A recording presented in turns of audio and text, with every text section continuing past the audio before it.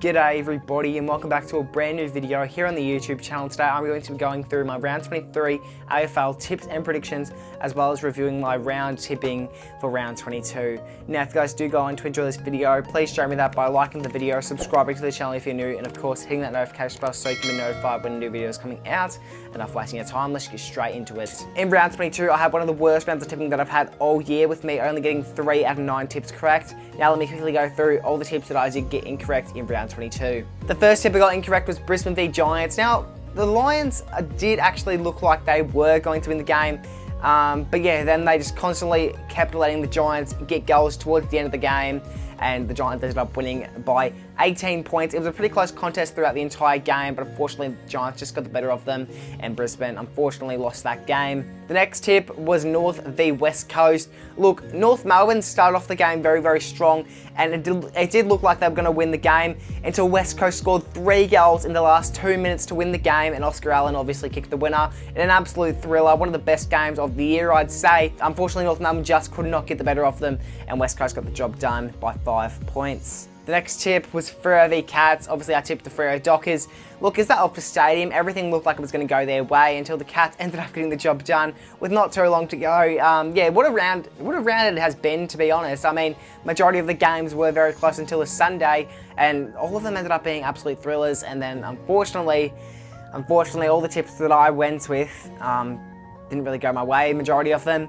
And yeah, as I did tip the Freo Dockers, look, I knew it was going to be a close game, and pretty much the only reason I went Freo was because it was at Optus. That was really the only reason that I did tip them. The next one was Essendon v Gold Coast. Look, Gold Coast had not won a single away game all year, and then all of a sudden, with 16 seconds to go, Mac Andrew took a great over-the-head mark and kicked a goal after the siren to win the game for the Gold Coast Suns. And yeah, unfortunately, Essendon, I'm pretty sure the last 3 goal after the Sirens, I could be wrong, the last 3 goal after the Siren wins have all been against Essendon. So yeah, but good on Mac Andrew for kicking that goal, but I really wish I got that tipped right. The next tip was Carlton v Hawthorn.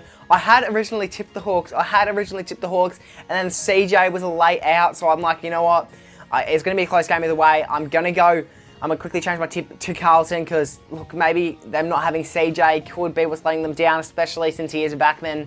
And well, unfortunately, me tipping the Blues was one of the biggest mistakes I've had all round, with them losing by 74 points. And the final tip that I got incorrect was the Bulldogs. Obviously, they took on the Adelaide Crows at the Adelaide Oval. Look, I knew that obviously Adelaide were going to put up a decent fight over at the Adelaide Oval, but the Bulldogs, they've just had such great form as of lately. I mean, they've bet sides like Sydney, I believe Essendon they bet.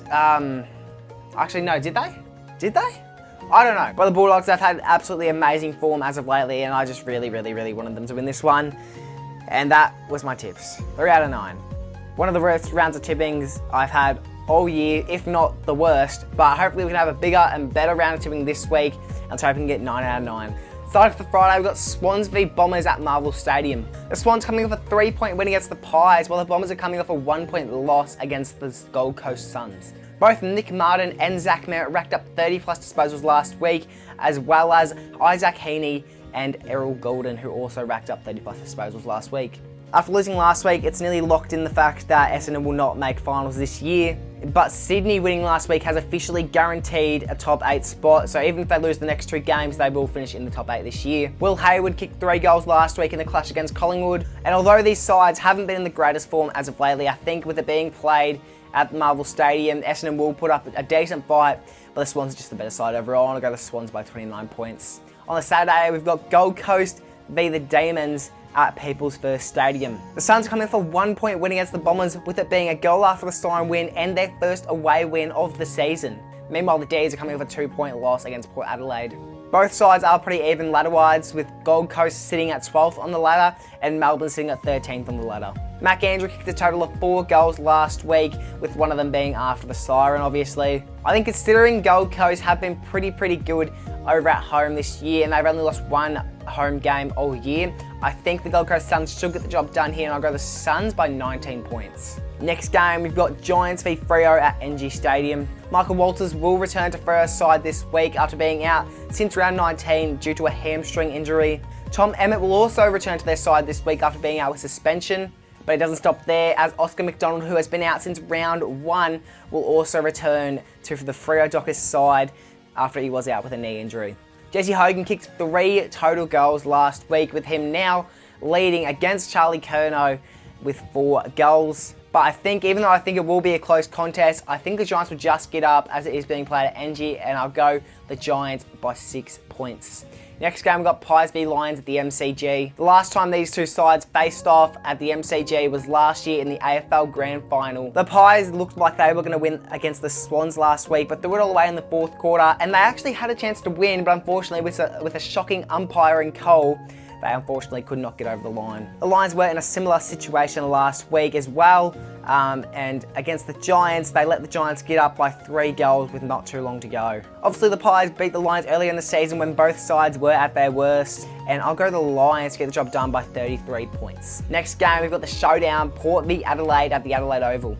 Both sides are obviously coming off wins, with Port beating Melbourne and Adelaide beating the Western Bulldogs. The last time these two teams faced off, the Crows got the job done by 30 points. 2 weeks in a row, Zach Butters has racked up 30 plus disposals. After last week's win, Port Adelaide officially set it second on the ladder. It's crazy to think how sides like the Adelaide Crows play so poorly away from home, but as soon as they play at the Adelaide Oval, they've got a full team of prime Dustin Martins. But I think because of how well Port Adelaide have been playing as of lately, I think I have to go the Port Adelaide power on this one, by a little bit of a higher margin, being 38 points. The next game, we've got Saints v Cats at Marvel Stadium. St Kilda are coming off their 9th win of the season against the Richmond Tigers, and the Cats coming off an 11-point win against the Dockers at Optus Stadium. Rowan Marshall and Tim Membry both kicked 3 goals each last week.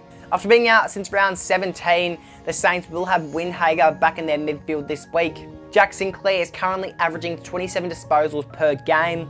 And although this game is being played at Marvel, I just genuinely don't see a world where St Kilda get the job done here, and I'm going to go the Cats by 24 points. Starting off the Sunday, we've got Dogs v Kangaroos at Marvel Stadium. I don't think this is a game that needs much of an explanation. Although the Dogs did get absolutely thrashed last week, they're just absolutely unbeatable at Marvel Stadium, and it's just going to be hard for North Melbourne to even get a win to end off the season here.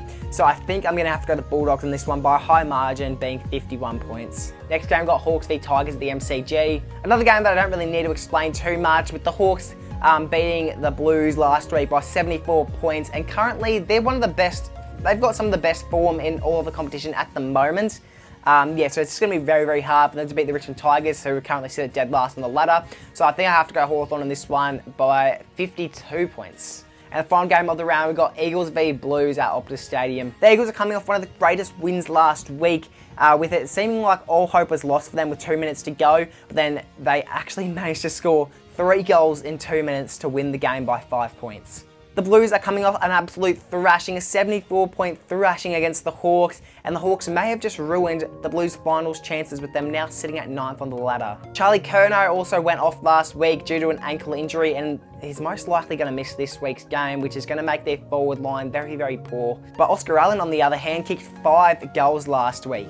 Absolutely outstanding game for him. I think since it is being played at Optus, the Eagles will put up a lot more of a fight than they actually should. And I think the Blues will stick it over the line, but I'll go the Blues by 11 points. And that does wrap up this tipping video. Now, if you guys did enjoy this video, as always, could you please show me that by liking the video, subscribing to the channel if you're new, and of course, hitting that notification bell so you can be notified when new videos are coming out. Anyway, I'll see you guys in the next one. Peace.